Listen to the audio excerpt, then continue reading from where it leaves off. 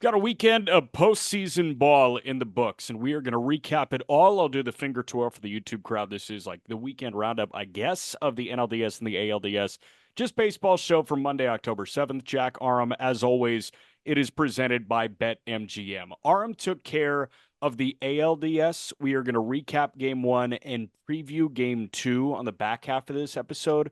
We will recap both games of the NLDS on the front half. You just got done watching a lot of hate in baseball, which was really good. Like that was an awesome game of hatred in LA on Sunday night. But this was a hell of a weekend. And I think our guy Addison said this.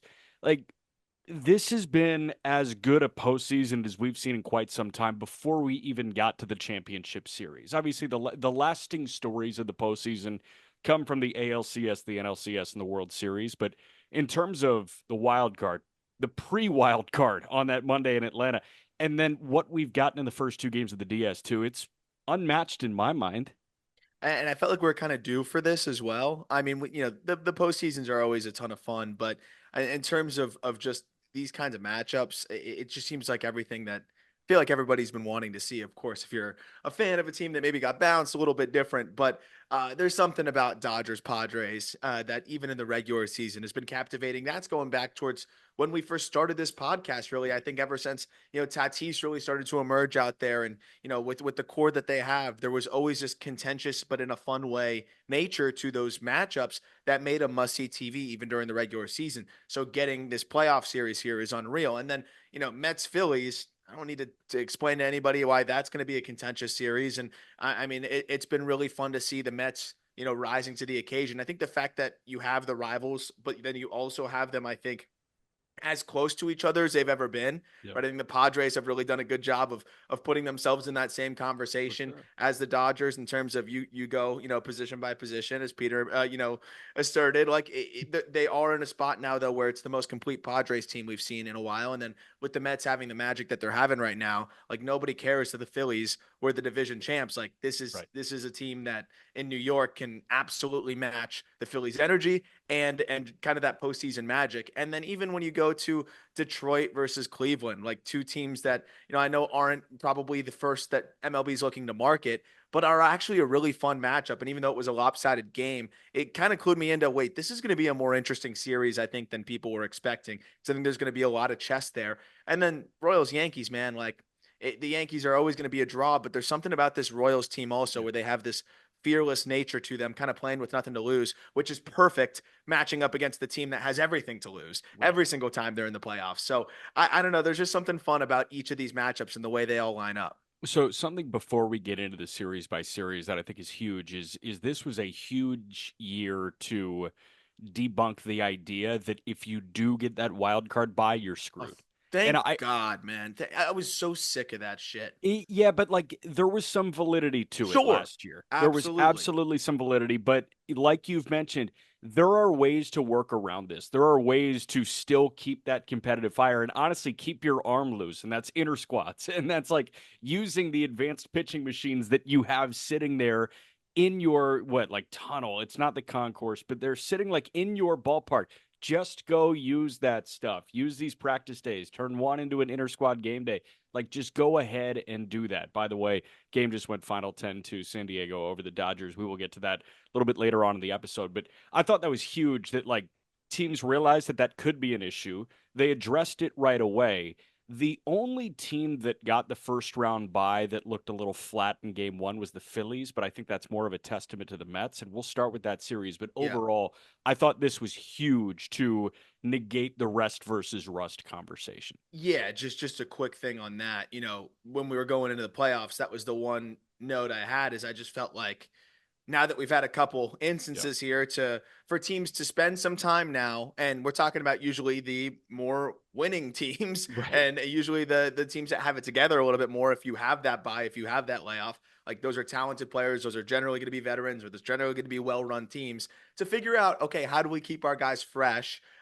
Take advantage of the rest, but also keep them engaged and locked in so they don't feel like they're shaking off rust when they, go back into game setting. And, I felt pretty confident that teams would be able to figure that out. And having talked to some players just over the last few months about it, I was like, do you think there's a way to do that? And they're like, of course, you're never going to fully be able to simulate the stadium and everything like that, but that's not what these guys need. They just need their timing and they need to see some pitches. And Right. there's guys getting their work in at the complex for all different levels all the time. There's so many different ways that you could get live ABs going, whether it be at the stadium or anywhere. So like, I think teams finally figured that out, and it's just no longer really a valid excuse. And I think you even saw the other side of it, Bryce Harper saying that the rest was actually great for them.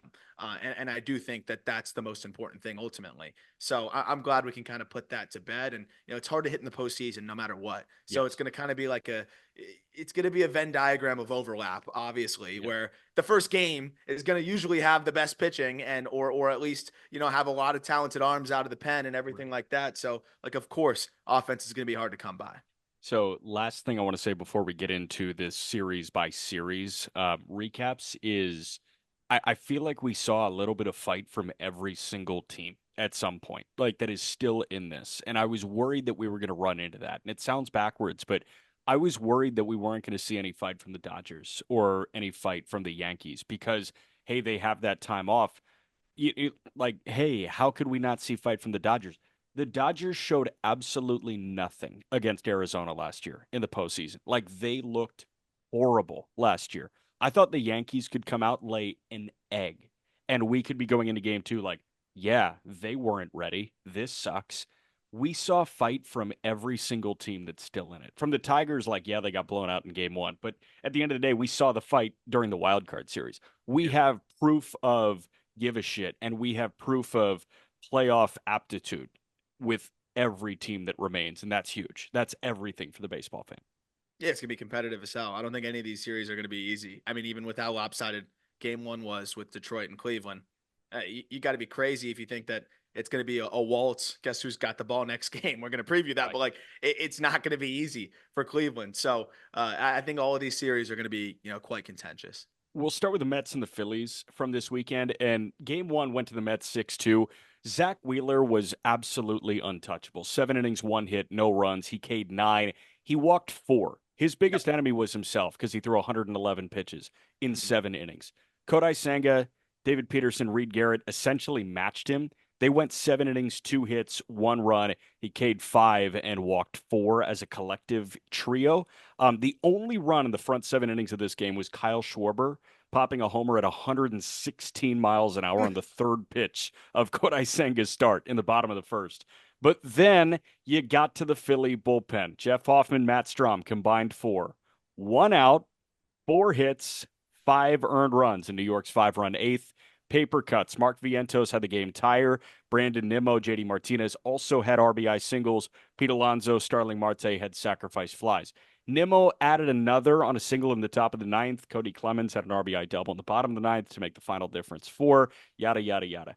The prevailing story here, I thought, was a combination of the Phillies bullpen woes, which were a thing post All-Star break, and I decided to be blissfully ignorant to when I was looking at this series. I was like, oh, they're going to be fine. Like Strom was an All-Star, Hoffman was an All-Star. Yeah, Strom was an All-Star that like didn't look like one in the second half. Hoffman was an All-Star that didn't look like one in the second half. But before I kind of open the floor to you and ask for your takeaways on game one, to quantify Wheeler's excellence, he now has 70 and a third innings in the postseason. And our social team on Twitter or X put this out. Zach Wheeler is now at 70 and a third postseason innings. All time ranks among pitchers with 70 or more innings in the postseason. He is fifth all time in ERA at 2.18. He is second in strikeout to walk ratio. He's striking out 5.5 hitters for every guy he walks, and he walked 4 in this one. He is first among all players that have thrown 70 innings in the postseason, all time in whip, a 0.73 whip, and he is first all time in batting average against. Opponents are hitting 151 against him in 70 and a third postseason innings. We've talked about how Cole is good and how the bad postseason pitcher narrative should evade him. We've talked about the excellence of John Lester in recent years before he retired. Zach Wheeler's the best postseason pitcher of this generation. I think we're learning that now. Yeah, I mean, and when he seems to just be unlocking more, right? I know he could have been a little bit finer, I guess, when we talk about just efficiency, but he still went 7, and I think when you look at the stuff of this outing, 30 whiffs, that was the most of his career in an outing. Like there's just something about it, man, where he's able to, no matter how many innings he throws in a season, he's always got a little something extra left for the postseason. And you hear it, and sometimes I just think it's really good players just playing really well in the postseason when some other players tend to struggle, and it's not any like magical postseason ability that they have. But Wheeler's different. Like he takes his elite stuff and somehow makes it more elite in the playoffs, and it's just something that, yeah, I agree, we haven't really seen at this level in this like generation, which is just remarkable stuff. I mean, this is he's at the point now where pretty much every single time he gets the ball in a postseason game, you're banking on 6, 7 of 1 run ball at least. And anything other than that's kind of a shock. And I think that's what really, I mean, it was huge. And we'll get to game 2, obviously. It's huge that they were able to even this thing up, because when the heaviness of it is, if you don't win that Wheeler game, you feel like the pendulum really swings in the other direction. And that's why I felt like this one was so big for the Mets, who just continue to not really care about how late a game gets or about your bullpen. Yeah. Whether it's the Brewers bullpen or the Phillies bullpen, like they don't feel the pressure if they don't get to the starter. As long as they have outs remaining, they Yeah. still feel like they've got a shot, and that's exactly what they did both games here. But ultimately, it resulted in a win in game 1. That's what they did in game 2 as well, and we're going to get to game 2 in a moment. But I want to ask you about the offensive anemia from the Phillies there. Like it was really just Schwarber's homer right away, and that was it. Like this offense was very, very quiet. And I don't want to, just like heap praise on the trio of Senga, Peterson, Reed, Garrett. Like that shouldn't be silencing the Phillies offense. This felt like a hey, we're shaking the rust off. Let's get ready for game 2 game. Yeah, and it's always tough to shake the rust off in a game where you don't really get to see a guy twice. I Right. mean, There's a no few people rhythm got there. got Yeah. a few people got to see David Peterson twice, but other than that, like Kodai Senga was 2 innings, Peterson was 3, and then they were handed it off to Reed, Garrett, Maton, and Stanek. So you didn't really get to settle in, like key in on a game plan and go with that. Like you didn't even really know which arms you're going to face. You didn't know exactly how long Senga was going to go. I think they had an idea that Peterson was going to come in on the piggyback, and I think that's the one area where if you could circle, say that's where the Phillies probably should have got something going, right? Yeah. David Peterson walked 3 in those 3 innings as well, and they were able to see, more guys were able to see him. He faced 13 batters, so a handful of guys saw him twice. You'd think that they would have gotten to him there, but then once you hand it to the bullpen there, it gets tough, especially when you haven't maybe been as fresh as the Mets, who are really hot. But even if we're going to try to downplay what the time off does, there's no doubting the fact that when you just had a ridiculous comeback and just Right. won a series and you've got that momentum, of course, you're going to be a little bit more comfortable in your ABs. And especially when at least you know what you're going to be seeing that day. But I think the fact that they were able to kind of go with this bullpen game, I think really did keep Philly off balance. And I can't imagine, the bullpen game being the first game, I think makes it a lot tougher too. So I like the way the Mets played that. And, Yeah. just having Senga, no one knew Senga was going to throw. It No. was like this last minute, like, wait, what? And I think that was a great play to kind of, I think, shift the Phillies from what was an obvious advantage, right? We got Wheeler Yeah. game 1. Like, we're going to set the tone. And, Wheeler did his part. But I think there was a level of the Mets creating this uncertainty in the 11th hour of, oh, by the way, Kodai Senga is going to throw for us, that, and then kind of like put the Phillies on their heels a little bit. And it was the Tiger thing, man. Like chaos is uncomfortable, and Mm-hmm. you can either embrace chaos or you can look at chaos as a negative thing. Oh, they don't have a firm starting pitcher. Well, the Tigers feel like they have an advantage when they can run out a bunch of different guys and keep you on your heels the entire time. And the Mets did a subdued chaos staff thing that the Tigers have done really well over the last 6 to 8 weeks. Game 2, this one was awesome, and it went to Philly 7-6, the walk-off. Mark Vientos got it going in the top of the third with a 2-run homer to right against Christopher Sanchez. That was the only swing that produced runs in the first 5 innings of this game. When Philly turned to the pen in the sixth, Pete Alonso ripped a solo shot to push it to 3-0. But then in the bottom of the inning, 2 quick outs for Luis Severino, who was dialed through the front 5 and then started to show it in the sixth. Trey Turner single, then a 2-run shot from Bryce Harper, followed by a Nick Castellanos solo homer 2 pitches later to tie it at 3. In the seventh, Brandon Nimmo homered off Orion Kirkring to put the Nets or to put the Mets ahead 4-3. Mets, Nets, Jets. Like that's how I know that fan base. Mets, Nets, Jets. But then in the bottom of the eighth, birthday boy Bryson Stott ripped a 2-run triple down the right field line to plate Harper and Castellanos. That gave the Phillies a what, a 5-4 lead, and then there was a ground ball to Vientos at third. He was ready to come home and fire at Stott, but it was too little, too late. No error, just a fielder's choice to make it 6-4. In the top of the ninth, Vientos again. His second 2-run homer of the ninth, his third extra base hit, knotted the game at 6. But in the bottom of the ninth, Nick Castellanos delivered his fifth walk-off of the year on a single to left to bring Trey Turner in from second base. The Phillies, if I remember this correctly from the Phillies radio network, I was listening to the game. I did the overlay thing. 11 walk-offs for the Phillies this year, 10 in the regular season, this one in the postseason, 5 of which have been supplied by Nick Castellanos. 5 of 11 for like one guy. 9 guys have to hit in a lineup, and he's been the guy to deliver 5 times out of the 11 this year. Couple of nuggets that I found really interesting in this one. Before the Harper and Castellanos back-to-back homers in the sixth, the Mets had 6 of the top 7 hardest hit balls of the game.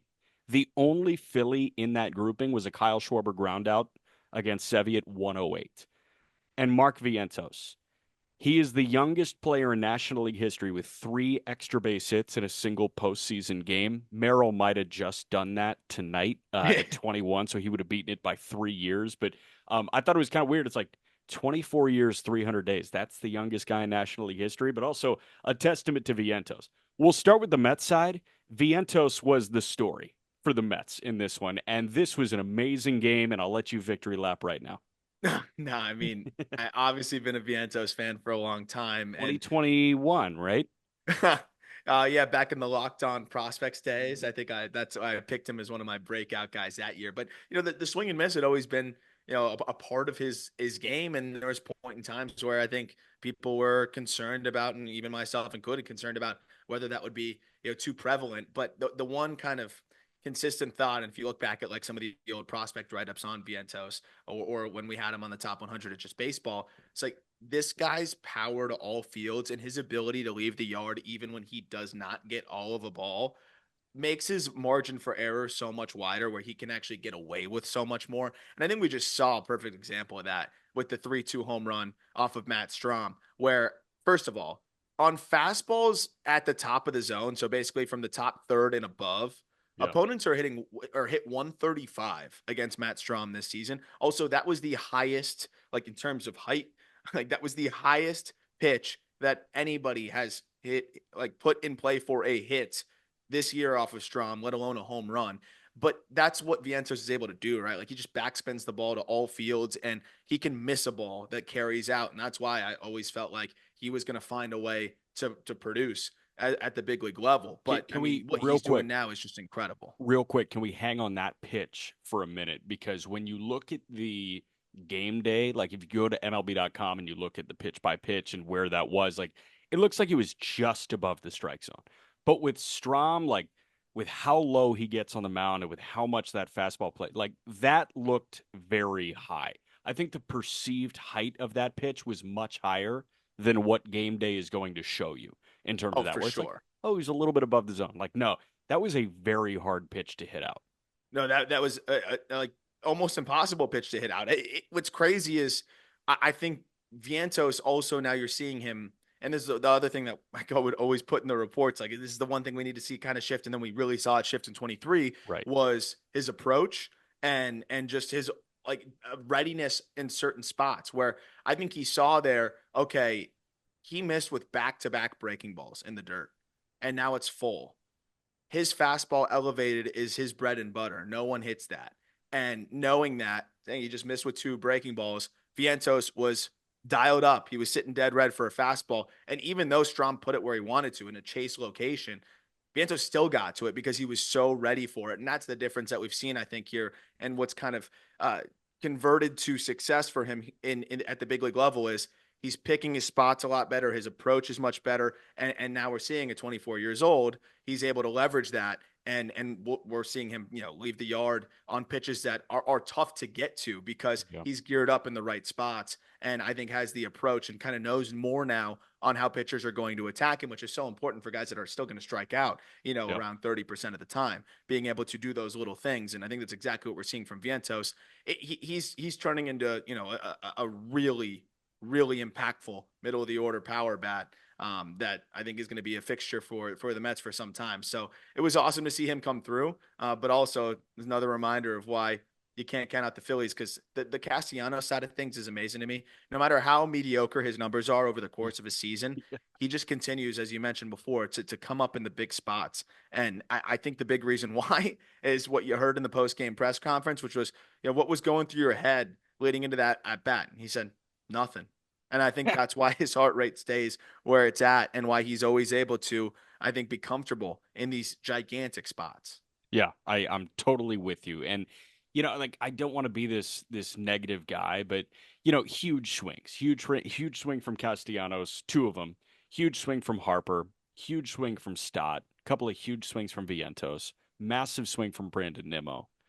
I thought the story of this game was I'm slamming the panic button on both of these bullpens right now. Oh, And yeah. and the Phillies, like it's very clear, it's very concrete. Two all-stars in Hoffman and Strom. You're losing a little faith right now. And Estevez, I already felt finicky at the end of the regular season. Like they clearly don't want to go to him in that like leverage situation. We have not seen a peep from Jose Alvarado at this point. Like it's I think that's more clear. The Yeah. Mets, note who Castellanos hit the walk-off off of. That was Tyler McGill on the mound at the end of the game. To end the game in Milwaukee in game 3 of that wild card series, that was David Peterson. Budo has looked scared. It seems like he's Yeah. pitching scared. And that's just like a body language doctor thing that I'm trying to do here. Diaz is shouldering as big of a load as like he's ever shouldered in his life, and I don't really get it. I I sent don't get it either. I sent the video of like the turkey leg falling off the bone. I said Edwin Diaz in November. Like that's kind of how I feel about this right now. And I understand that it was not an arm issue that kept him out for the entirety of last year. But, this is a guy that was relegated from the closer role at a certain point this year. And now it's like, hey, you're going to go try and get 7 outs. And of course it didn't work. Well, and he didn't pitch last year. It was a knee thing, but still, like, your Right. body, your endurance, your arm, Right. just to be comfortable at this time of the year, like, even if he was being used in normal amounts of pitches, I think he'd be feeling it this year at this point of the season after not throwing last year.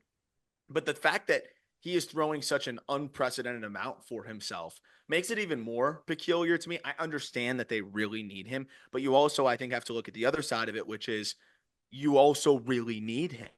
Yeah. So it's like if I run him into the ground and then put myself in a situation where, okay, yeah, great, it would be awesome if he could go 2 innings here, but now he might not even be able to go one clean inning for us Right. next game. Is it worth the risk? And I look at the usage, right? The last time he had thrown 30 pitches in an outing was on the 13th of, or excuse me, the 12th of May. Hmm. And so now you go, looking at just the last handful of games on September 22nd, 30 pitches.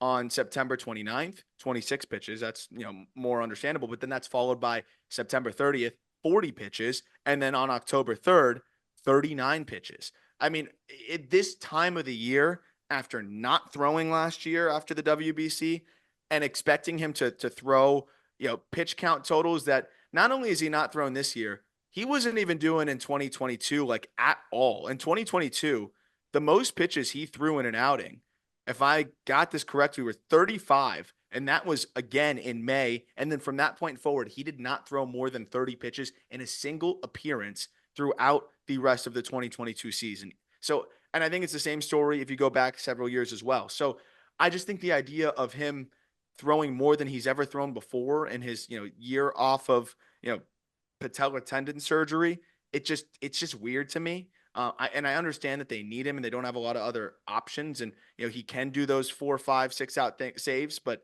Yeah.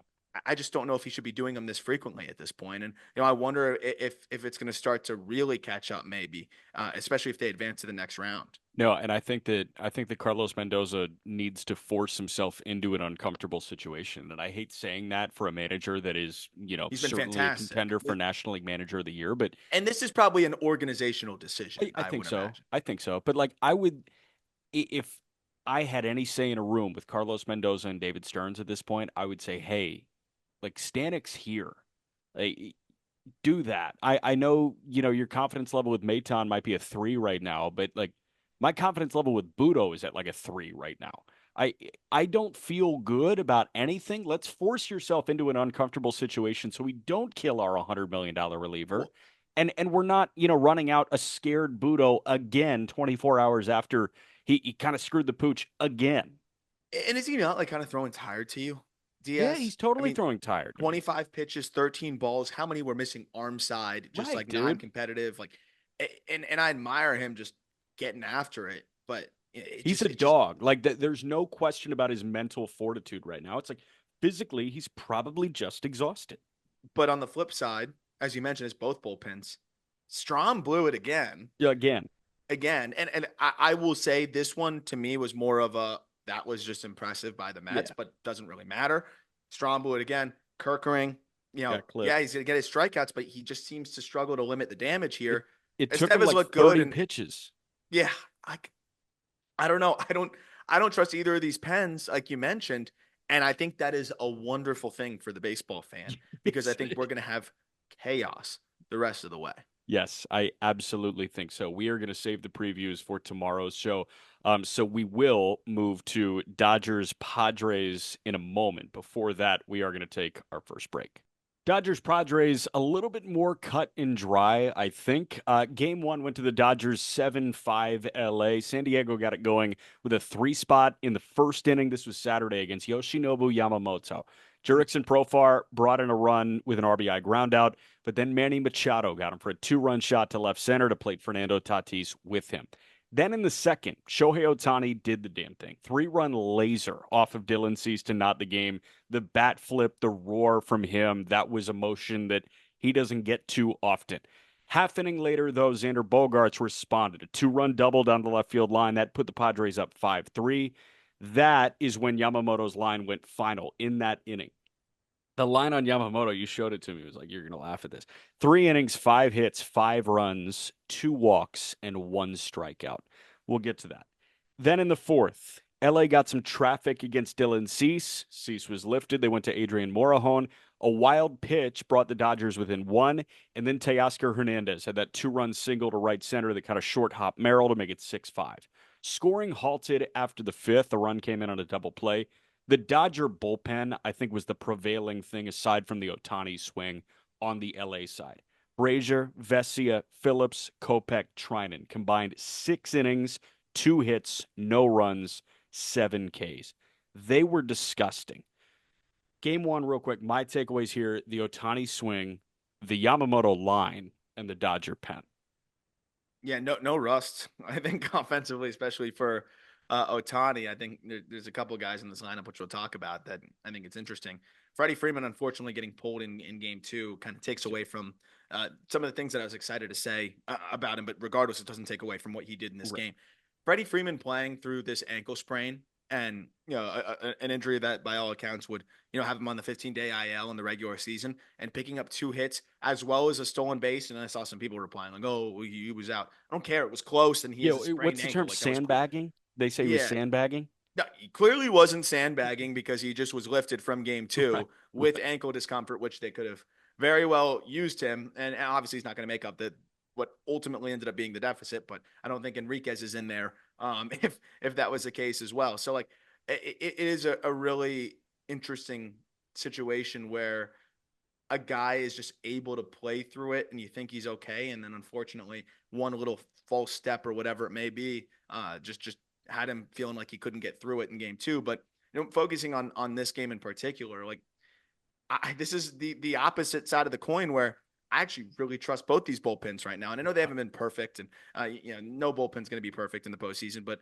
I mean, even from the Padres side, most of the relievers on the back end did their thing, and I thought looked pretty solid. It just the game was kind of out of hand a little bit for them by the time you got to the fifth inning, and they just couldn't answer back on the offensive side because of Vesia, Evan Phillips, Kopech, and Trinan, as you mentioned. But I mean, for Ohtani to get that first one on the board in game one, I was like, oh no, yeah, this might be a crazy series. But I think Padres pitchers did a pretty good job executing. Otherwise, they punched him out twice, and they pitched pretty well to him overall. But I think it's been also made pretty clear that, especially with the way Mookie Betts is not swinging it right now, and Freddie Freeman being hurt, they're gonna let somebody else beat them. And realistically, like that's the one concern I have now. And Mookie's 0 for 20 whatever, his last 20 whatever in the postseason. Freddie's hurt. Like there's a lot of riding on Teoscar Hernandez and Shohei Ohtani maybe hitting the one pitch he sees a game to get. And they had Freeman in the lineup for game one, lost him early in game two, and I do think that that's a huge wrinkle in this whole thing. Absolutely. Game two, this one was a mutilation at this point, and it was final 10-2 Padres. I stopped writing here at 8-1 after the Higashioka home run, but this game was nutty. Fernando Tatis opened scoring against Jack Flaherty, the solo shot to left in the top of the first, bottom of the inning. I thought Mookie tied it, I thought Mookie tied it, but Jurickson Profar took it back from the second row down the left field line and just kind of popped up and down. It was like jawing with the crowd a little bit. We'll get to that later. David Peralta in his first postseason start, 2-run home run, dead center off of Flaherty in the second inning. Gavin Lux got the Dodgers on the board in the bottom of the second on a sacrifice fly, but Jackson Merrill with an RBI single in the top of the sixth made it 4-1 San Diego. Then we got to the stretch, and fans were barking at Jurickson Profar, then threw a baseball at him. And then the umpires came out and Mike Schilt came out and they were protecting Profar. And when they started to disperse, a whole bunch of stuff came out of the crowd and right at Fernando Tatis Jr. I don't need to sit here and Yeah, scold Dodger don't do fans. that. Don't Be do bad better. for the game. Yeah, like Yeah. we did that when people were throwing water bottles at Kyrie Irving when he made his return to Boston. Like We've fans we've think they we've can do whatever now, and it sucks. we've done it about other situations and Yeah, other Acuna at Coors, like we've done it, this before. it doesn't matter the stadium. It doesn't. Oh, Dodgers. It's the select group of idiots that are at whatever game representing Yeah, whatever team. It's just you have a large human population and yeah, there's a lot of idiots, and each there's going to be a lot of idiots that identify as different sports fans, exactly. unfortunately, and they're going to be out and about, whether it be a Dodgers game or a Padres game or a Rockies game or whatever it is. And Yeah, certain situations are going to bring out the biggest idiots, and that's exactly what we got. And it was a pretty long delay. I'll be honest. it It was was long longer than I thought, but you know what? It should be when, it takes one throw, man, of one object to hit a guy the wrong way. And, God forbid he could be very hurt, but also, it can really mess with you. You get hit for in the head sure. with a ball when you're locked in on the game, like it could really screw with your focus and comfort and just ability to play the game in that kind of setting. I'm all for the jawing, and especially like Profar, I think Profar asked for some jawing. For sure. Nobody asked for anything being thrown at them. No, So, and again, it's not this specific team fan thing. It's just a general idiot thing. And this time around, it just happened to be Dodgers fan idiots, but exactly. they're everywhere. So I mean that was a little aside. I don't think it'll be much of an issue moving forward. But what I do love is how contentious this series is, and it's not just with the fans, right? And I think sometimes that's the other side of it. Like Right. I love fans having their pulse on the game, and like when players are going at it and Flaherty and Machado going at it, that was awesome. But like you're not on the team, bro. Like you don't need to get involved in that No, side of things. Like just enjoy it and watch, because even Jack Flaherty ain't throwing objects at Manny Manny Machado. Yes, Machado. I know he hit Tatis. I don't think that was intentional. No, But regardless, like that whole side of it is always funny to me. It's like I feel like fans feel almost more enabled sometimes to get more rowdy because the players are jawing. Like, no, the players are jawing. Just watch it, have fun, and enjoy the rivalry. But it is a really fun dynamic that we have there. Aside from that, if you can draw the line where it needs to be drawn, yeah, where this is pure hatred in a baseball fandom sense that I think is great. That I think is exuding into people's living rooms, and I think making them very excited to check in next time these two teams match up. And fortunately, it looks like I think we're gonna have three more. I think so. You know what this was? This was totally like you're sitting in a group of 5 or 6 and you're doing some friendly jabbing within the friend group, and then one guy says something totally off the rails, and it's like, Yeah, yeah, and you're like, like fuck you and your family, and it's like, dude, whoa, whoa, whoa, don't do yeah, that. Like the fringe guy in this is the spectator at Dodger Stadium. Like yeah. the fans, unfortunately, are the fringe guy in this whole thing. And I'm very sorry to break that to you, baseball fans that were in the outfield at Dodger Stadium last night. But There's no uh, repercussions other than maybe getting kicked out, and the more they zero. do it, you can hide in the crowd. But I also wanted to just tie a bow on the Yamamoto side of things Oh from yeah, game yeah, yeah. one. I was gonna bring that up. I forgot to circle back on that. That's what we get for what recording at 11:40 p.m. Yeah, well, Dodgers fans delayed it. Could have been 11:25. Exactly. Yeah, but uh, the reality is Yamamoto, if he's not locating, any of his secondaries is going to have a problem, Correct. and any pitcher is going to have a problem. What makes Yamamoto so good is he has a really good fastball, right? That sets the tone though for an assortment of secondaries that he has a phenomenal feel for, headlined by the splitter. But he's got the splitter, he's got the curveball, he's got a slider, he's got a cutter, and like he will when he's on, you can't really be ready for all of them. He has only really been able to locate the fastball, at least some of these times since I've seen him back from that shoulder issue. And like it can be really hard to have that same feel when you're coming For sure. back from a shoulder. In that last outing, he landed the fastball for a strike. He threw 25 four seamers, and he landed 76% of them for a strike. So that's 19 of the 25 four seamers landed for a strike. Everything else, so 35 pitches of the Yeah. splitter, curve, slider, and cutter. Of those 35 pitches he threw combined, of all of those, he only landed 15 for a strike. Mm. So no one had to respect anything other than the fastball.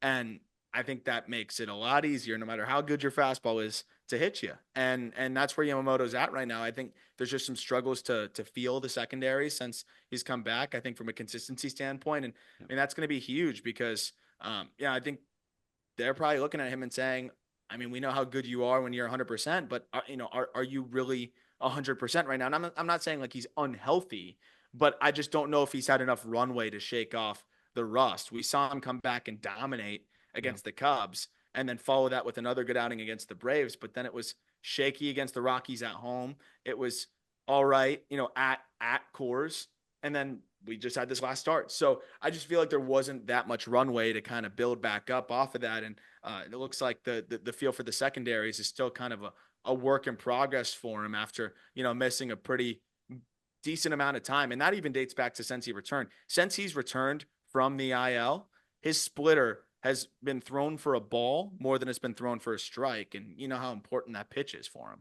Yeah. You know, we thought that was kind of a weird move in real time when they flip flopped Flaherty and Yamamoto. It was supposed to be Flaherty 100%. game one, Yamamoto game two.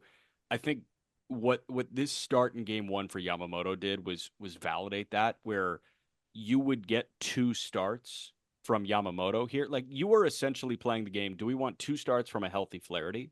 Or do we want 2 starts from a Yamamoto who's building back up after a shoulder issue? And, it's probably on the Dodgers for not knowing where Yamamoto was at on a pitch by pitch basis and just overall, like, how you feel, grade A to F scale, whatever it is.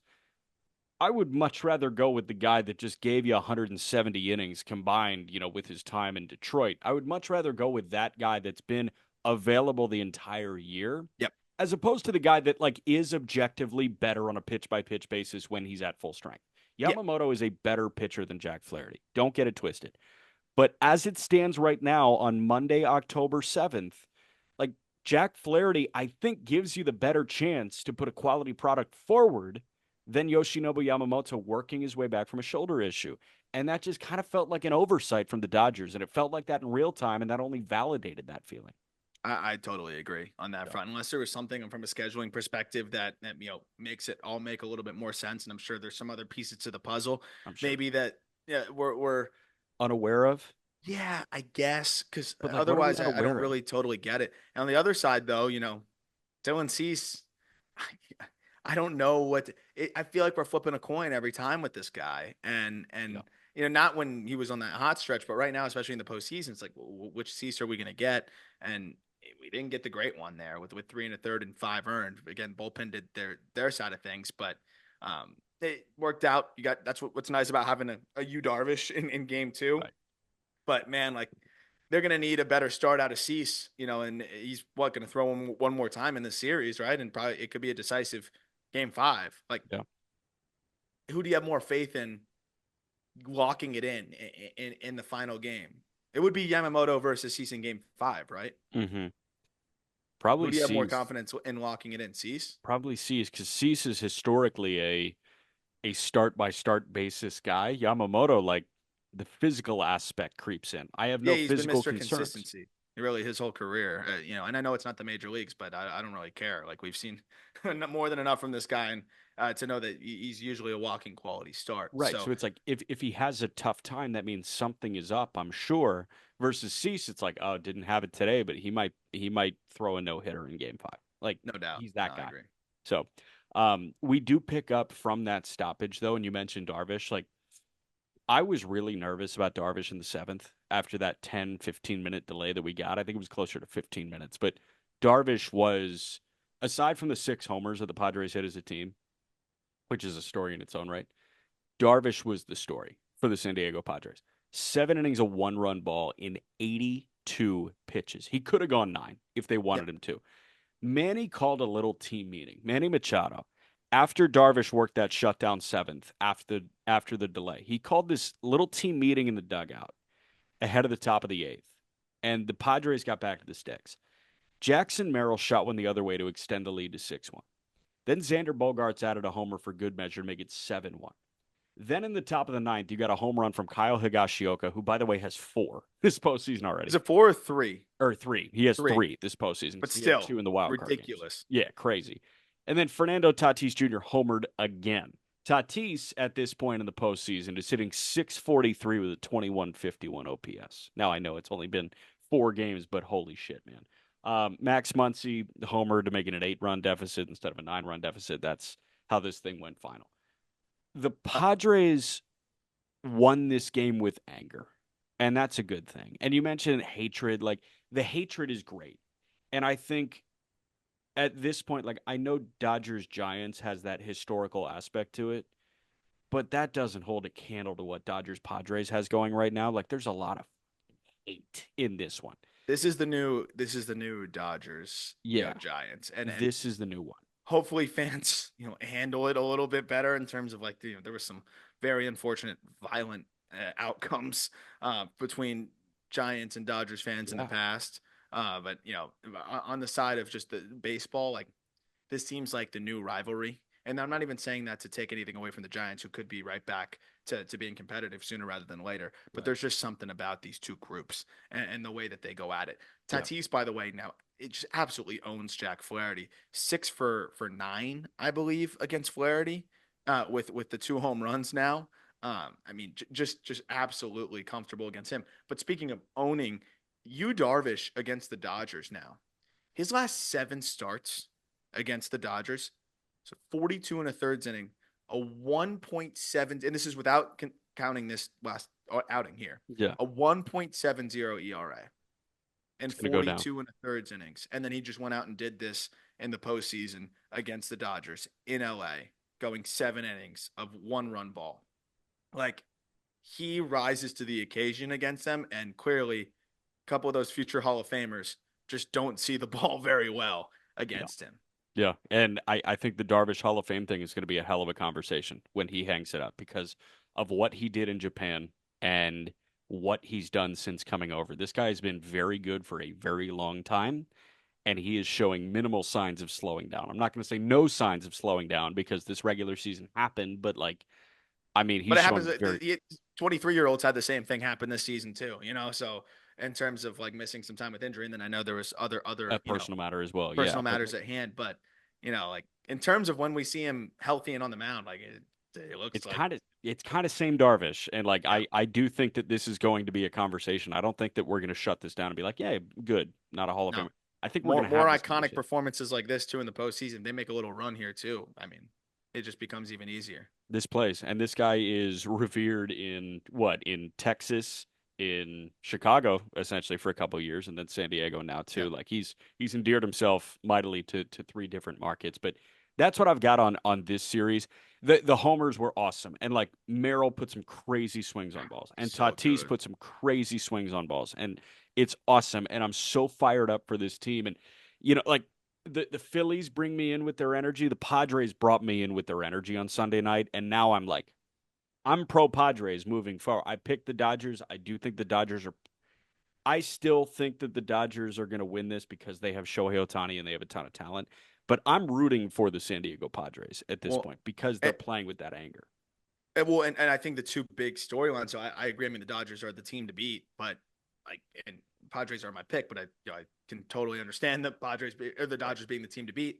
The big storyline's got to be Mookie Betts and I know he had one taken from him. Obviously, that was a great swing today. Right. That would have been a home run. But still, Mookie Betts being over and Freddie Freeman's availability because, Yeah. like we talked about, you're not gonna if you have any ability to avoid it, you're not going to let Otani beat you unless there's spots where you just have to pitch to him, and him being in the leadoff spot helps. And But he's him, going to beat you. Yeah. not being flanked by a good Mookie Betts or potentially Freddie Freeman at all, like again, a lot more pressure on the Teoscar Hernandez's of the world, who I still trust him a lot. Yeah. Max Muncy having a big game and homering, I think, was huge because he's going to need to swing it. But it is really interesting now when you look at that middle of the order, and hopefully Freddie, hopefully it was more precautionary, and he'll be okay to go, and day off gives him a little bit more time to get right. But I mean, they need him, and I trust Mookie. I mean, Yeah. he's Mookie Betts, but also he's human. So I mean that's I think that's the big wrinkle in this thing. And when Dodgers, the Dodgers lineup at the top of it, and Padres pitching, I want to credit them for that too. When you're holding Otani, Betts, and Freeman to a combined 0 for 10, you're going to have a good chance to win a lot of those games. And that's Yes. exactly what happened here. And Mookie Betts is what, 0 for his last 22 or Is that what 23 it in the is? I postseason? didn't remember what the exact number was. I think it's I think I might be selling it at AB short at 22, but I could also be selling it at AB too heavy on 23. So for the sake of safety, I'm going to say he's 0 for his last 22 in the Okay. postseason. Ouch. We're going to wrap with the ALDS, the game one recaps, the game two previews. But before that, one final break. Mr. Layton, start us off. Detroit, Cleveland, game one. Detroit, Cleveland. And probably the most lopsided game we've gotten besides this Padres Dodgers game, but I even say it was probably a little bit more lopsided, would you say? I think so. Yeah. But it was still fun. We had Tanner Bybee versus Tyler Holton, technically. But it was more of the Tanner Bybee show on the mound. Stephen Kwan led the game off with a double, and then David Fry grinded out an 8-pitch walk. Jose Ramirez put them on the board with an error by Zach McKinstry. It was like a chopper, hard chopper that he dropped back on, probably should have came in and crashed it. So then it kind of ate him up and bounced off his leg, kicked out. And I mean, that made it 1-0. And then Josh Naylor RBI single made it 2-0 and chased Tyler Holton before he could even get an out. And unfortunately, more runs were coming Holton's way because Reese Olson comes in relief. There's a slider first pitch, and oh man, that was a cement mixer. Lane Thomas launched a 3-run shot on the first pitch he saw, and just like that, it was 5-0.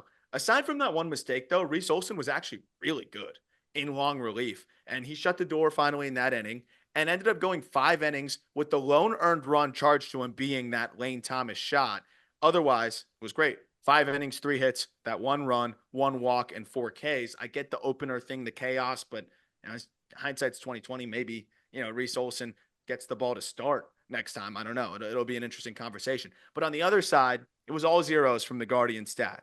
Excuse me. Tanner Bybee went 4 2/3 scoreless before a Parker Meadows single. That's it. Just with 2 outs in the fifth. Parker Meadows single was enough for Stephen Vogt, his manager, to go and get Cade Smith for Kerry Carpenter. I get it. Carpenter had a hit against Bybee. Bybee was at 76 pitches. It's like my old head thing. I want to see starting pitchers go a little bit longer. Well, But it's like you're an out away from the win too. It's like go get the win. yeah, which is even worse though, because the people that are on the other side of that argument are be like, you care about the win? How about the real win? Like the These guys victory. care about the win. I guarantee you, Bobby wanted the win in the postseason. I Oh, of course. promise. Tanner was not thrilled to be coming off the mound there. He did it like a pro, and Vogt was there right after and gave him a bear hug, and so did, there was a two-way bear hug there, so you can tell the mutual respect is there, and that was something we Right. talked about from the day we had Tanner and Stephen Kwan on the pod, and like how excited they were about Vogt. You can see it now in that dugout. So even in a situation where I don't think Tanner was very happy, he knew that it was for the greater good, and all the numbers point towards it making sense to hand it over to the elite bullpen, maybe the best bullpen in baseball, rather than Mhm. letting the Tigers' best hitter see Tanner Bybee for a third Yeah. time. Hard to argue against the results. Cade Smith absolutely bullied Kerry Carpenter. And then it wasn't just Kerry either. He goes 1 1/3, strikes out everybody. 4 strikeouts, 18 pitches, 15 strikes. That guy is one of the most dominant relievers in baseball, point blank, period. And that clearly validated the decision.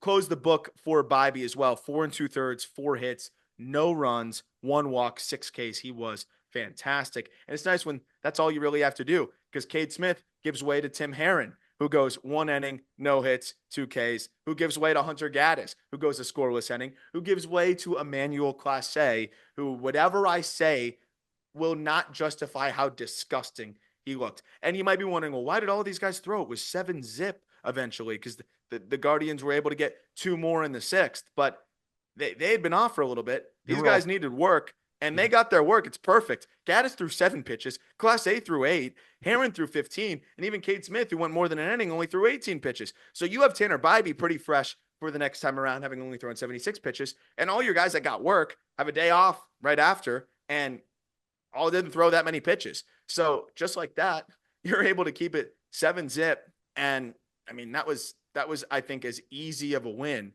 for the Guardians as possible, because they got their bullpen guys work instead of worrying about how much they're being worked. Right. And they're still in the driver's seat now for game 2 from I think a bullpen availability perspective. It was just a one-sided ball game where there was some fight from the Tigers. I think they put together some good at bats, but this is just one of those situations where there wasn't really a window to get anything going aside from maybe a couple spots with Bybee. But you got to just tip your cap to Bybee, who executed all game long, even though there was a little adrenaline there at times. But he always seemed to kind of lock back in and execute the pitches in the big swing counts. Yeah. I'm totally with you. 4 1/3 no hit from the Guardian bullpen. You said they might be the best bullpen in baseball. Scrap the might. They are amazing, amazing. And the point of getting work, I'm with you. I saw the high leverage, remarks as well. And the answer is 5 days rest before that, and a day off the next day too. It's Yeah, not exactly. like any of these guys were going to be forced to go back to back. Like I would get it if you saved a Gaddis and saved a Clase. If you had game 2 on Sunday as well, you didn't. You had an off day. Like all these guys are feeling fine. I guarantee Yeah. you when they wake up on Monday. So, you're right. It could not have gone better for the Cleveland Guardians, and they optimized their pitching staff in this one. The one tried and true postseason frontline guy that you feel like you had coming into this series worked 4 2/3 scoreless, and you mentioned it's 76 pitches. He's fine for game 5. Skubal's going to eat 80 pitches at least today, and he's going to have to go game 5. I know Bybee isn't Skubal, but like Skubal's going to be on shorter rest than Bybee, and he's going to be throwing more high leverage bullets. Like I feel very confident if I'm Stephen Vogt. Absolutely. And I think when you look at, the Tigers side, there's a lot of pressure to win that game today, where, you've got your ace on the bump, and you know how devastating it would be to be down 2-zip, and you fired your best bullet. So I think the fact that the Guardians have their A team ready to go to at least counter somewhat, what the Tigers are going to have coming out, to start the ball game there as a Cy Young winner gets the ball, I think is an interesting way to offset it. But it's going to be imperative for Yeah. Guardian starter to I think keep the game within reach. So clearly, starting pitcher only needs to go 4 and change before handing it off to the bullpen. But I thought great ABs from David Fry was absolutely huge, because that's a guy that could be a huge difference maker when we talk about this lineup needed righties that can produce Yeah. consistently, and they added one in Lane Thomas, and seeing him go yard I think was huge. But I think they need David Fry really badly to be the guy that he was in the first half, Yeah. and he looked like that, in this ball game as well. So I mean, this lineup looked like it was, a little bit more comfortable and doing more than enough there. And 7 runs is going to get it done most of the time, especially when you've got this Guardians bullpen. So great start for them. I think finally the Tigers, face a little bit of adversity, but with the way the Tigers have been playing, yeah, I think they can bounce right back. But this was a little bit of a surprise just because of the way that they had been pitching. But just I think kind of the first rough outing from Tyler Holton in a while. Yeah, in months. I think he was amazing for like 4 months, I think, to end that season. And yeah, crazy. Did you think that Quan got it right away in the bottom of the first? I thought Quan flipped that and that was going to I leave. It thought he missed did. by like I inches. thought he had it. But even then, like once he shot that for a double, I'm like, okay, They're he might be fine. setting the tone here. Yeah, that was Yeah. that was a phenomenal tone-setting AB, and if that got out, that would have sent that place into a frenzy. Also, like really fun story from this one. Do you see John Kensey Noel's dad is in the States Yes. watching him play for the first time? Yes. So I was cool. expecting his dad to be like Shaq, Me but too. his dad Me was a very normal looking gentleman. But yeah, I love that stuff. There's nothing Yeah, better than that. yeah. And it's so cool that Noel is getting, you know, he's starting in a postseason game for the division champs. And this is a guy that a lot of people were kind of counting out as a prospect going into this year. So to see that, and then to see, his father there as well. I mean, Yeah. that stuff is just so special. If anybody wants some base cards, I have them sitting in this apartment, and they've 10x'd in the They last probably 2 years. have. I'm not even kidding. Yeah, I should probably just throw them in a sleeve and pop them on eBay. We'll Might get a few see. bucks. Um, Anything else on game two today? I mean, it's like it's Skubal and Boyd. I think it's a distinct advantage for Detroit. My thought was Detroit wins the Skubal start and guards take this in four. I still stand by that. I think Skubal is just throwing like a maniac. I mean, they have to. They quite Have to. literally have to win this game. And that makes me think that they will.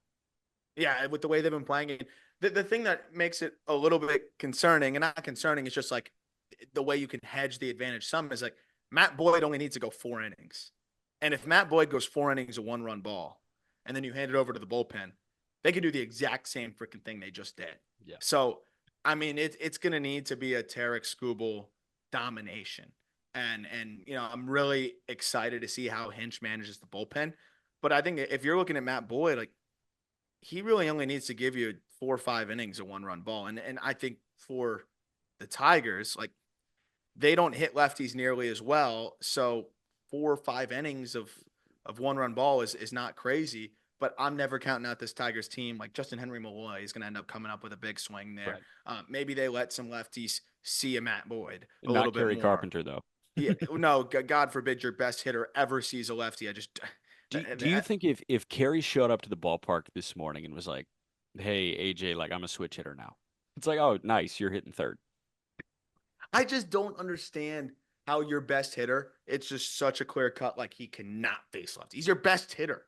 Yeah. But I understand the numbers are atrocious, but he's also been given no opportunity. And I look Right. back at his minor league numbers, they weren't bad against lefties. So that whole scenario is bizarre to me, but their lineup's clearly at a disadvantage when there's a left-handed pitcher. So, I mean, Skubal's got to be Skubal, and I fully expect that to happen. He has just been outrageous in these games. And I think that's going to be the key here. But I mean, if you're the Guardians, I think you're saying, hey, if we can get Skubal out of there in the sixth, maybe get to him for 1 run, we got a shot with the bullpen. But I mean, this is the one that I think everybody expects the Tigers to have. But I'm just saying, like, Boyd's task doesn't have to be that crazy. He Right. just needs to give up 1 run, maybe even 2 or less in 4 or 5 innings. And I think the Guardians bullpen keeps it there. So it's just a matter of can you get to Skubal or the bullpen. It's going to be hard, and I think if you're Skubal, like you got to be looking at trying to go 7, 8 innings in this one, and I think that's going to be the interesting side of it as well as like, is he going to are they going to let him go 100 pitches? Because last time out it was 88. I think he could feel a little bit freer now that he only went 88, and if he gets 100 plus, he could give you 7, 8 innings, and that could change everything for the Tigers on multiple fronts. So here's my take: set a high bar for Tarek Skubal today. Like what Yeah. what what is a high bar in terms of a line? If you had to A spit out a high line, bar for him is going to be anything close to. I think 7+ innings of shutout ball. let's call it 8 shutout. I think 8 shutouts a high bar. Yeah, I think what that's. you ask of him, I think he matches it. Like I absolutely see a world where this guy goes 8 scoreless. I wouldn't surprise me at all. And I think that I don't give a shit about Game 5 because Right. like, oh well, you need to be. You have Who to get cares? to game Get 5. there, get Yeah. there. And if he preserves the bullpen, and you have all hands on deck pretty much for the next couple games, I, I think that's absolutely huge, especially if the Guardians are matching Scuba Zeros with their A-team bullpen where they Yeah. won't have a day off the next day. Yeah. So I think that's a really big wrinkle in this whole thing. And I think it's going to be imperative of Scuba to go 7+. And I mean, by all accounts, this guy can absolutely do that. And I can't wait. He's become appointment television. He's the guy to watch right now in Major League Baseball. And I think this Tigers team is so much fun that they're going to feed off of it. So Yeah. I think they win it, but I'm interested to see what a Tigers team looks like that knows they need to win it, For and sure. and that's going to be fun. And that might be tight too, but that might also That's be, exactly timely hitting and we'll see what happens. might be But tight for Spencer Torkelson. I don't know yeah, about some of the. I trust some of the other guys. fair. But yeah, like that's my late night take for you. It's like set whatever bar you want. You listening to this right now, set whatever bar you want for Tarek Skubal. Like I can totally see him matching it. Don't make it a perfect game, but like anything shy of that, like I could absolutely see him matching a realistic high bar. So you want to wrap us with Royals Yanks?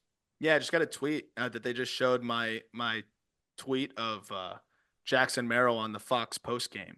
Does that mean that Nice. would that have been Ortiz and those guys? And your guy Alex Rodriguez and your guy Oh, Jeter. I would pay so much money for A Rod or Jeter to try to say my name. Yeah, Adam. Is that Yeah, Adam? look at this post from Aram Leighton. Aram. Yeah, Open side no. swing of A Merrill Rod would here. hit Aram, and then Jeter would be like, "Oh, that's the guy that was at my introductory press conference. I think that's Adam." That's still the best thing I've ever covered in my life. His introductory press conference. Wasn't Marlins man there just like bitching about something? Marlins man was there saying, "How are you going to make this? Like, how are you going to make it up to me? And how are you going to get me involved?" Some Yeah, woman I'm a grabbed the prominent mic and lawyer started in South crying Florida. because they let Ichiro go. And like it was I one of love. one moment. I'll never forget that one. That was one of my first credentialed moments too. But let's go Yankees Royals here.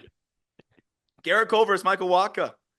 And this was a seesaw. A lot of lead changes throughout this one. Royals got the scoring started in the second inning with a Salvador Perez single, followed by a Yuli Gurriel walk, and then an MJ Melendez RBI single. That's where the scoring actually got started.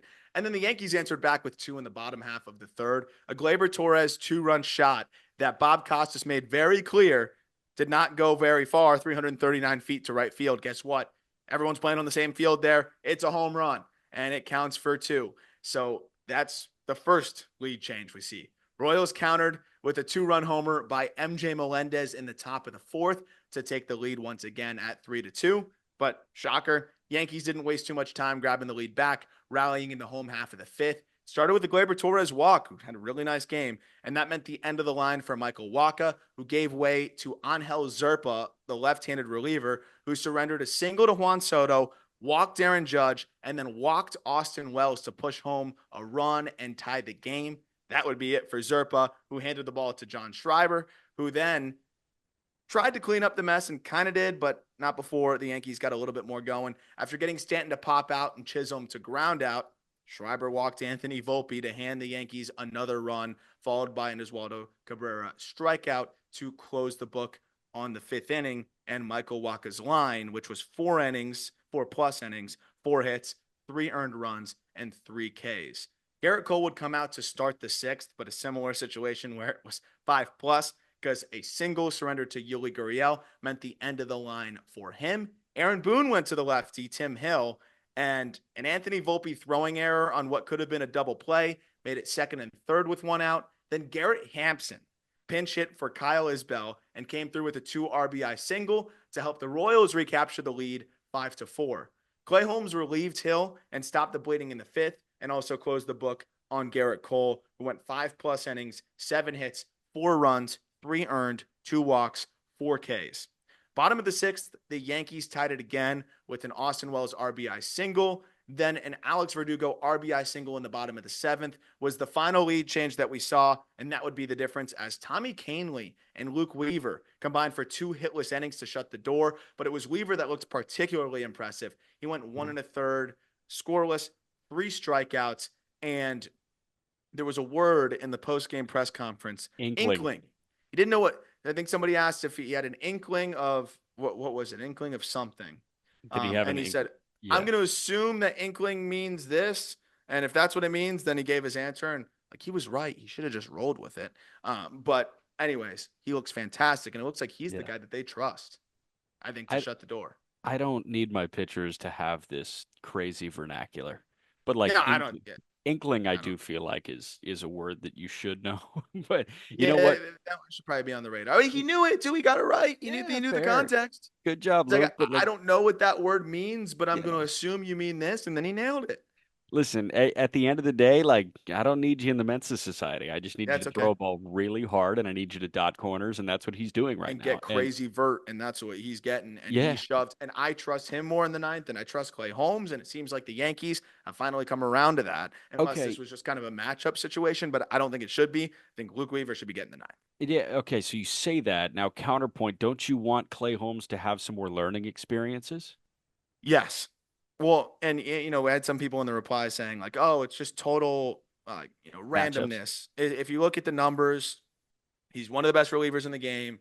Whether it's the ninth or whatever, it's just Oh, him randomness about blowing the blown saves saves. was No, randomness? no, there is a mental side to it when you're shutting the door in the ninth, especially in the playoffs. I promise you, any player will tell you that.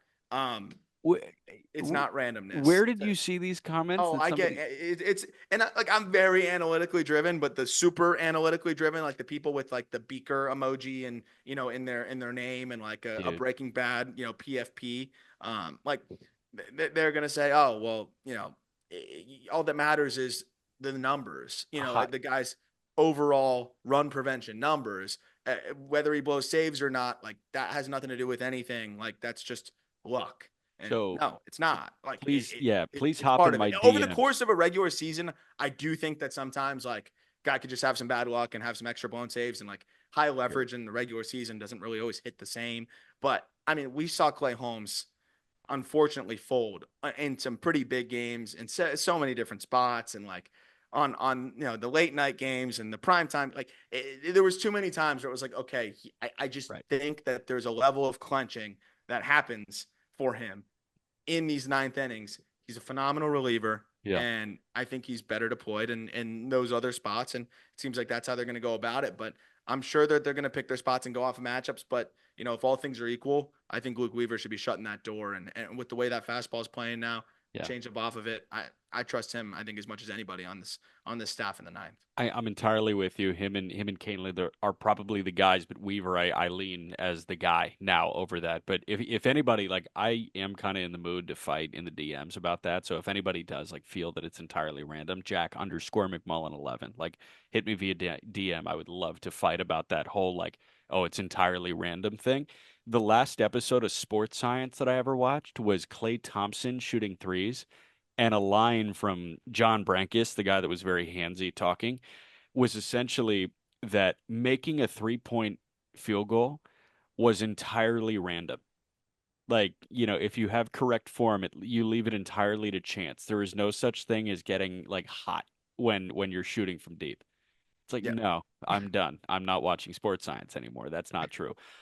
So that might be my old head coming out, but that's that just spurred that thought, and I'm like, I vehemently disagree. But um, tell you what, like I don't want to say shocked. I was pleasantly surprised to see this much fight in the New York Yankees because it felt like that's the kind of game where they go away after Kansas City like has that rebuttal for the third time in the game. You know what I mean? It's like, okay, KC jumps ahead, then the Yankees jump back. Then KC jumps ahead, then the Yankees jump back. Like the second, third time, that's usually when the Yankees like go away and it's like, hey, you try again tomorrow.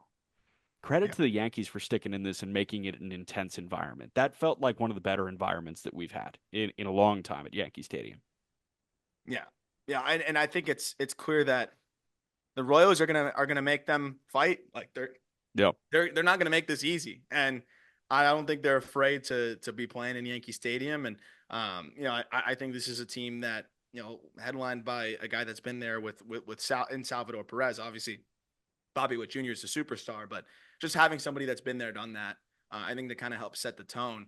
It seems like a lot of these young players look a lot more comfortable than maybe I may have expected. I mean, MJ Melendez looks very comfortable and is coming up big for them there. I mean, to have Vinny back is huge. Thought Bobby Witt had as impressive of an 0 for game as you're going to see, and like I expect those guys to bounce back, especially Bobby. But I think it's very clear here that like this was the Cole game, right? Like this was the game Yeah. that was definitely supposed to be advantage Yankees, and it was. But I mean, they made Garrett Cole work, and he didn't have a great start. And I mean, you look at the rest of these ball games now. Like I think Waka Cole was the biggest advantage Yankees that Yeah. we're going to see the rest of the series. I think Game 2 is advantage Royals from a starting pitching perspective, and Reagan's versus Rodon. And I think when you get to Game 3 as well, like we don't know who the starters are, but with the way that it'll probably shake out, I think it'll again be advantage to the Royals from a starting pitching perspective. That's not to It's say it's advantage Royals in the series because the Yankees are pretty much better in every other facet, but that's something that the Royals have now moving forward, and they almost won a game where it was yeah. Garrett Cole versus Michael Waka, and I mean almost is only counts in horseshoes, but like I think for a Royals team on the road there in Game 1, like I thought they might get punched in the mouth by Garrett Cole at Yankee Stadium, and they didn't. If anything, Yeah. I think they surprised the Yankees with a jab or two. I think So so. I'm excited to see how they continue to answer back, and I think a game like that has to only give the Royals confidence. Say, hey, Bobby was over, and Right. and we still almost won this thing. I think that's got to be encouraging for them. Well, and they ran into playoff Doogie too. And if you're going to run into playoff Doogie, you're probably screwed. But yeah, I would like my educated guess on Game 3 is Heel and Lugo, and I would say Kansas City has the pitching advantage in that one. Especially in the playoffs. It's just like Heel if he's on, obviously like it's just you have a total. This is like a opposites here, right? Where you have a Right. guy that just fills up the zone. He can go deep into games. Then you have Luis Heel, who he's his own worst enemy. But when he's on, I mean, he's obviously special. But 90 I pitches still and four I lean slugs. advantage, especially with Lugo's success against the Yankees. I Yeah. lean advantage Royals in that starting pitching matchup. I'm with you. This was the most distinct advantage, but the fact that Kansas City made this a seesaw was encouraging. But frankly, I just thought the energy was encouraging there because I remember that Guardian series in the DS 2 years ago when the 2 years Yankees ago, were in. I yeah. was like, there was just nothing there. Like They that felt like series. the smaller team. Yeah. It doesn't feel like the Royals see themselves like that at all. Right. Right. And I think this is going to be awesome. I can't wait for this to get back to KC, but we've got one more in New York. I'll keep it very short and sweet. Like Reagan's is way better than Rodon is. Yeah, Like, he's give me he's Casey. he's basically what the better Rodon had looked like, right? He's Like what they it's he's like what they paid for. yeah, Yeah. he literally is.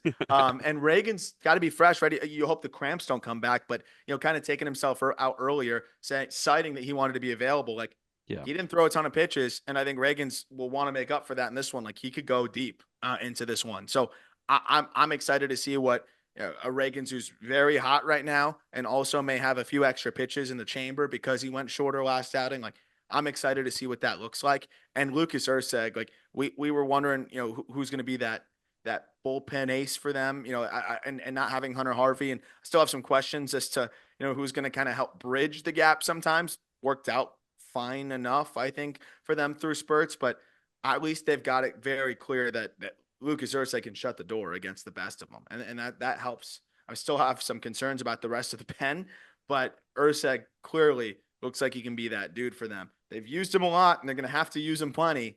But I mean, he looks like he can anchor it. Yeah. No doubt, man. All right, that's what we got. The old late night hour 15 episode. Who doesn't love it? But you know what? That's the beast when you got two games to go over in the NL and same deal in the AL.